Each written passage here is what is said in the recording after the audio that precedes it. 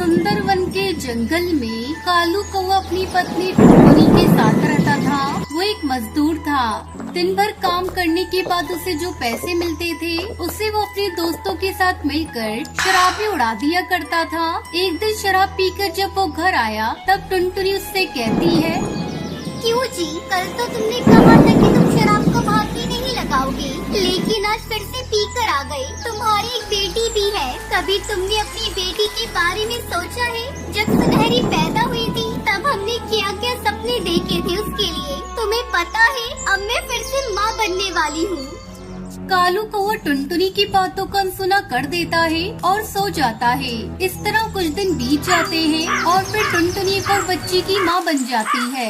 एक दिन टुनटुनी की छोटी बेटी पिंकी भूख से बिलख रही थी। कालू जी, अपनी बिटिया बहुत देर से रो रही है, उसके लिए बाजार से थोड़ा दूध ला दो। कालू कौवा बाजार से दूध लाकर टुनटुनी को देता है और उससे कहता है, टुनटुनी, मैं सोच रहा हूँ क्यों ना हम लोग दिल्ली चले। वहाँ जाकर मैं कोई काम धंधा करूँगा और अपने दोस्तों से भी दूर रहूँगा, तो मेरी शराब की लत भी छूट जाएगी। बात तो आप सही कह रहे हैं, लेकिन हम लोगों के चले जाने के बाद घर की देखरेख कौन करेगा?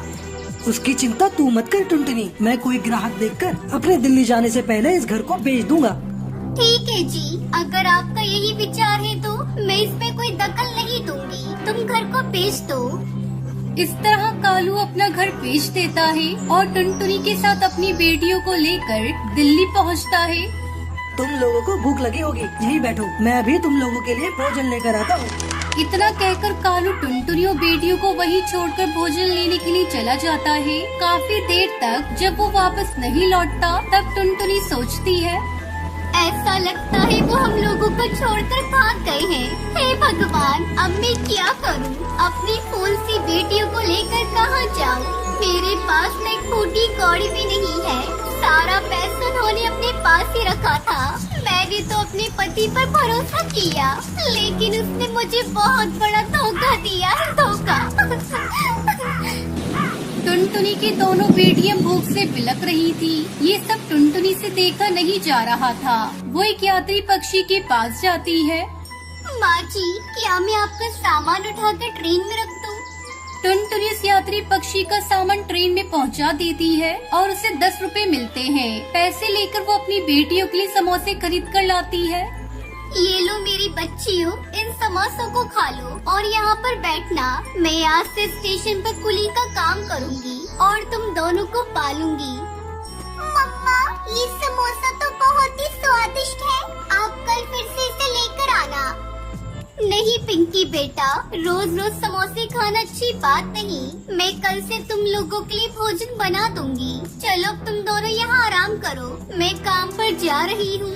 बेटा सुनहरी, तुम बड़ी हो, तुम पिंकी का ध्यान रखना और यहाँ किसी बच्ची से ज्यादा बातचीत मत करना, क्योंकि हम लोग यहाँ किसी को नहीं जानते।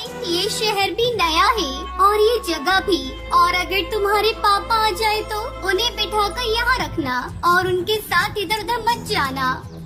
टुनटुनी अपनी बेटियों को समझाकर रेलवे स्टेशन से चली जाती है। 2-4 दिन बाद वो एक पेड़ पर अपना घोंसला भी बना लेती है और उसी में अपनी बेटियों के साथ रहने लगती है। कुछ दिन बाद टुनटुनी को ढूंढते हुए कौवा पुलिस आती है और उसे बताती है, कालू तुम्हारा कौन था?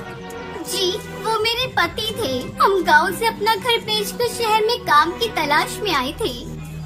अच्छा, हमें यह बताते हुए बड़ा दुख है कि उनकी मौत दिल्ली की सड़कों पर दौड़ती हुई डीटीसी बस से हो गई है। उनके पास से कुछ पैसे मिले थे जो हम आपको लौटाने आए हैं।